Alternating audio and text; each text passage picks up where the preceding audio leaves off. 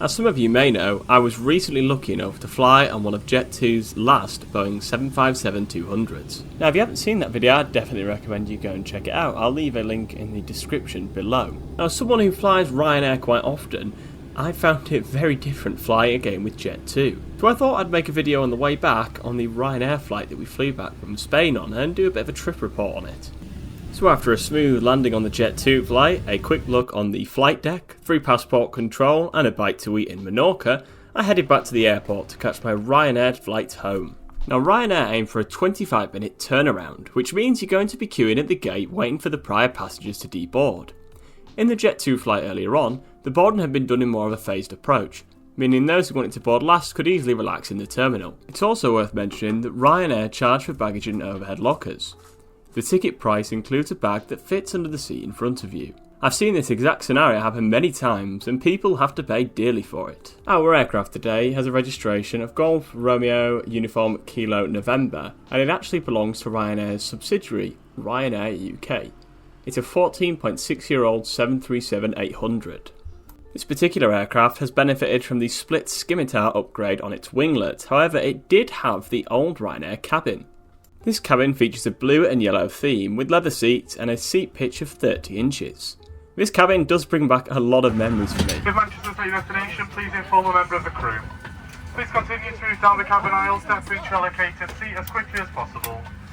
As you can see, Ryanair features safety cards on the back of the seats, which is a little bit tacky in my opinion, but at least you can see it at all times, and nobody's going to steal them of course. You get a flimsy tray table and no storage and no in-flight magazines either. You have to scan the QR code and download the magazine to your smart device before takeoff because of course there's no Wi-Fi on a Ryanair flight. My seat was absolutely filthy from the previous flight and I want to be clear, I don't think this is the fault of the cabin crew. It is just a caveat of that short turnaround time. There'd just be no time to clean the aircraft in between the flights. At this point I closed my eyes and thought back to the Jet2 flight, which felt more akin to a private jet after seeing the state of my seat. A very warm welcome on board this Ryanair UK service for your flight to Manchester. Pretty much ready to go now, so we should be closing up the back taxi go departing Sudley here from Menorca. Straight ahead then a left turn up to our cruising altitude today, 38,000 feet. Flight time to is 2 hours and 30 minutes. We were off the blocks on our exact departure time and we began the taxi to the runway over at Menorca. Now for this flight I had the benefit of meeting two strangers as sadly I didn't pay for the allocated seating, meaning my partner was a few rows in front. That's another thing I'll mention with Ryanair. If you don't pay for the seating, the booking system seems to like putting you at opposite ends of the aircraft, or at least not sat together. This flight was completely full, all 189 seats were taken by passengers. I'll also mention that throughout the boarding process, the cabin crew announced their new buy on board service, where you're able to place your orders through the Ryanair app before takeoff and they'll bring it directly to your seat. Now, I didn't partake in this, but I did hear for some people it didn't actually work. My main problem with this service though is the number of times it was announced. That's presumably because more passengers are getting on board and they may not have heard the announcement, but the boarding process seemed to take forever, which was surprising as we were all queued up in the gate ready to rock and roll. Now soon it was ready for takeoff, but of course this wasn't going to be as exciting as the Jet2 757, but I will mention I do love the sound the 737 makes when you're actually boarding at the gate. That definitely trumps over the 757.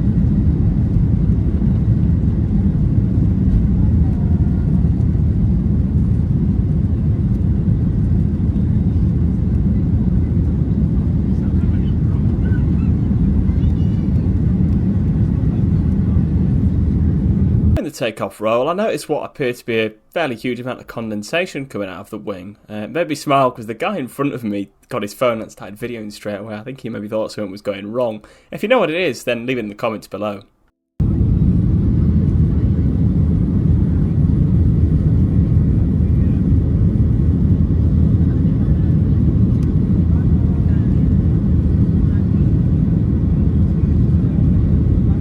Now, bearing in mind, I'd woken up at 2 AM and this flight was now at 4 o'clock, so I was pretty tired by this point, but I decided to get a late lunch / early dinner.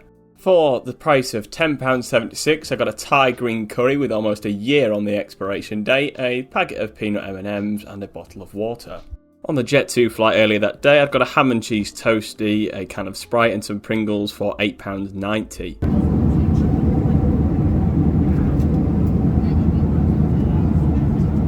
This here is the face of a man who thought that 3 bleeps meant there was an emergency in the cabin. Apparently not in this case, because we continue to Manchester as normal.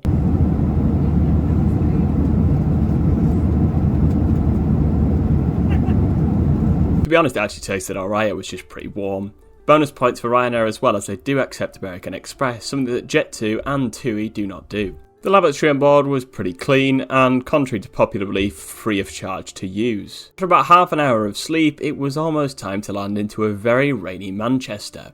Now, in this video I've been fairly critical of Ryanair, but I do want to just touch on how I think the aviation community and also the general public in the United Kingdom perceive the airline. We've all seen the TikToks of people making fun of Ryanair landing aircraft ridiculously hard in flight simulators or trying to land at the gate, and we've also seen the videos of the particularly hard landings that often happen with Ryanair. A lot of this actually comes from outside of Europe as well, so it makes me laugh because I'm someone who flies on Ryanair quite frequently, and I think that the British public at least have got a different perception of Ryanair. Yes, they absolutely dislike some of their sales tactics, but at the end of the day, they're a massively convenient way to travel in and around Europe. In some ways, the ticket price is cheaper because you get less for your money, such as the random seat allocation or the cabin bag extras and no hold bag included within the ticket, but if you allocate for those prices at the time of booking, then it's really not a problem. I don't think that Ryanair helped themselves on the social media front though. They've employed a presumably young team of marketing experts who essentially just make fun of the airline. The Instagram page is just a meme at this point.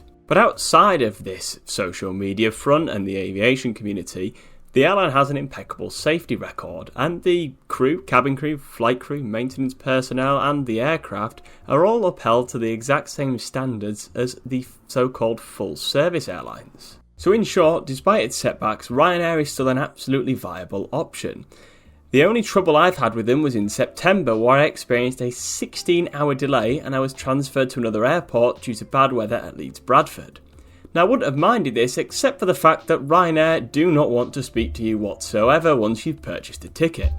I called Ryanair and pressed the button on the keypad to speak with someone about a refund, and it played me a pre-recorded message and ended the phone. If I call them again, it says, "Hi, we can see you've called recently," and then ends the phone again, so good luck with support if you are delayed on a Ryanair flight. In all fairness though, they did still get us to the destination and they can't really control the weather, but it would have still been nice to speak to someone over the phone. So the part you've all been waiting for, how was the landing into the very rainy Manchester? Well, to me it felt the exact same as any other landing in a 737. I don't buy into the fact that Ryanair tell pilots to land aircraft purposefully hard. To me it seems ridiculous that they would call pilots and say, "Please, please, please, can you smash our aircraft as hard as you can into the runway to save a couple of minutes in getting to the gate." If pilots do make the decision to try and get the aircraft settled down earlier on, it could be due to weather or runway length, or maybe they are running a little bit delayed, but that isn't exclusive to Ryanair.